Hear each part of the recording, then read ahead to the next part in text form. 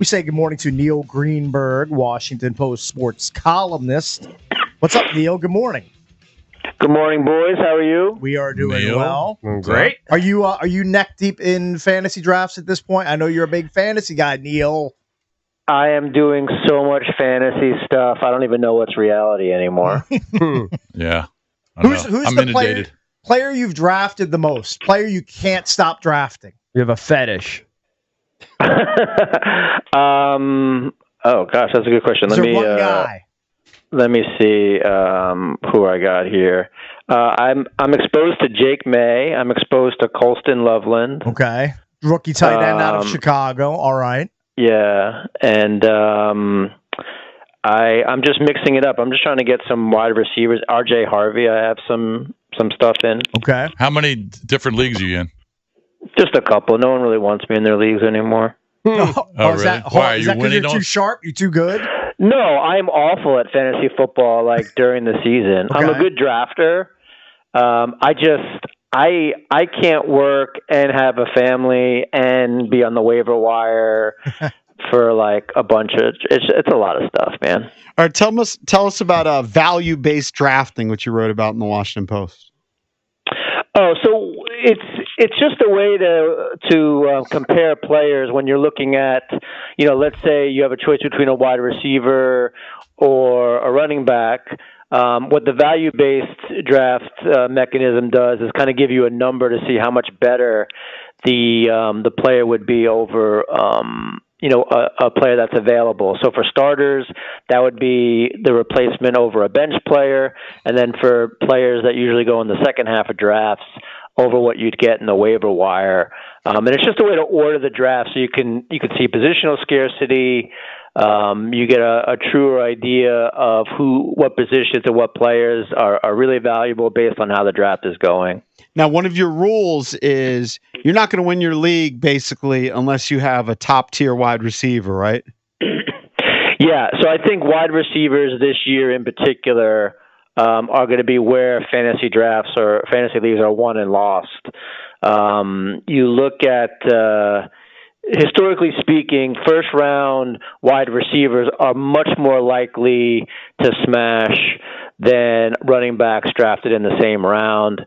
And that makes a little bit of sense. Running backs, they get injured a little more often. They're more game dependent in terms of they run more when the team is leading. And, there's also more and more running backs by committee type stuff, goal line vultures, et cetera. Mm-hmm. All right, so I know we had you on because you've kind of broken down. You looked at the Terry McLaurin contract. Of course, when the details first came out, the numbers looked a little inflated. And when you find out what they really are, kind of explain to people how the contract really breaks down. Yeah, so the headline, and it was for a couple of days, was, McLaurin signs a 3-year, $97 million extension, $32 million per year club. And that was kind of what everyone was running with for a couple of days because we didn't really have the true details. But once the details emerged, only about $45 million were guaranteed, far less than the $60 million he wanted. The way it's structured is essentially like a 2-year, $50 million deal where Washington could decide what to do in 2027. So it's, there's not much security there, I don't think, for Terry McLaurin. And what I actually tweeted, and I know you guys mentioned my tweet the other day, which was, the fact that we never knew what the guarantees were, and we only knew the top line number, was pretty indicative that this was kind of be how the contract was situated. Because if he did get as much money as, let's say, DK Metcalf in guarantees, that certainly would have been tossed out there. Yeah. But it wasn't. We had to wait a couple of days to get that information. So it's essentially a 2-year contract extension. If McLaurin continues to ball out, then I'm sure that he'll remain in the Commander's uniform under this contract. But by and large, it's just a 2-year deal. Well, and I've said it multiple times. I think both sides won because Terry at his age, he's getting stupid money on top of the stupid money he already has in his bank account. Absolutely. Especially with that money up front with the signing bonus. And, of course, the team wins because, they're not paying an outrageous amount and they're spreading it out and they're not guaranteed a total, big part of it. So I think both sides won. The Commanders fans are happy that Terry's finally back. And it coincides with Jaden's deal, right? When Jaden's deal will be right. out. Yeah. Right, that's exactly it. So this gives the team a lot of financial flexibility, and you're absolutely right, Bish. I mean, all these things can be true, right? It's great that McLaurin's under contract and he'll be in uniform for week 1. He's making a lot of money, more money than most of us will see in our lifetime. But also the front office made a shrewd deal. Like They made the best possible deal. I mean, I think if we are going to pick winners and losers, I absolutely believe the organization, quote unquote, won this negotiation.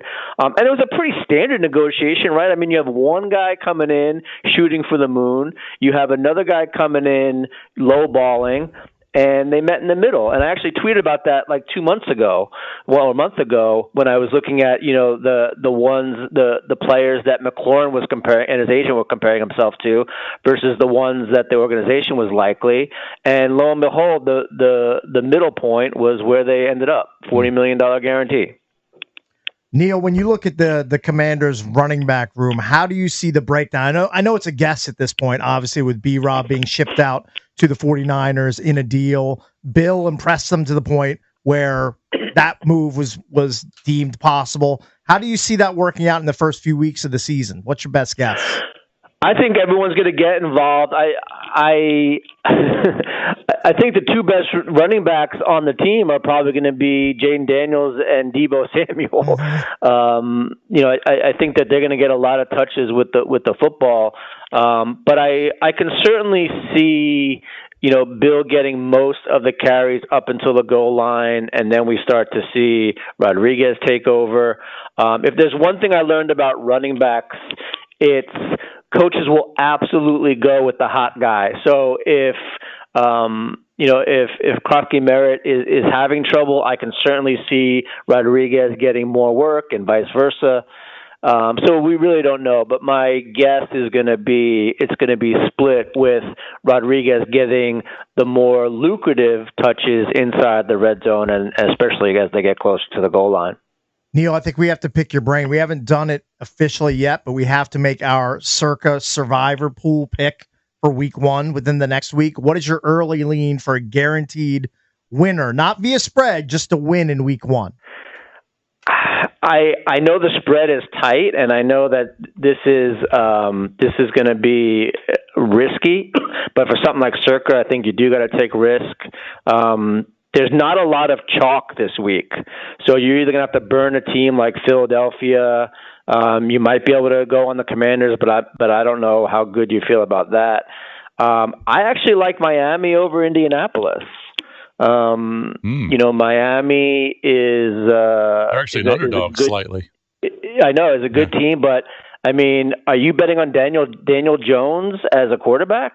I mean, I know they're at home, but I would think Miami could be one of those picks that really differentiates your entry from the rest of the field. Cakes loves the Broncos because they're hosting the Titans and a rookie quarterback. That's sure. And there's a lot to like there because it's tough to go into Mile High the first week of the season with the altitude adjustment with a rookie quarterback on the other side. So, but a lot of people are going to like that pick.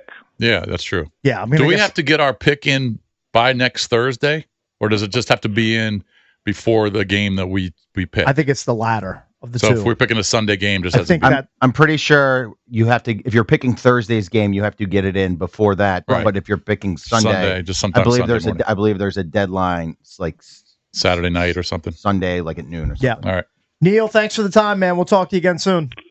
Love you guys. Talk to you soon. Love you too, man. Thanks, It's Neil Greenberg, Washington Post sports columnist at @ngreenberg on your Twitter. We'll do EB's entertainment page when we come back.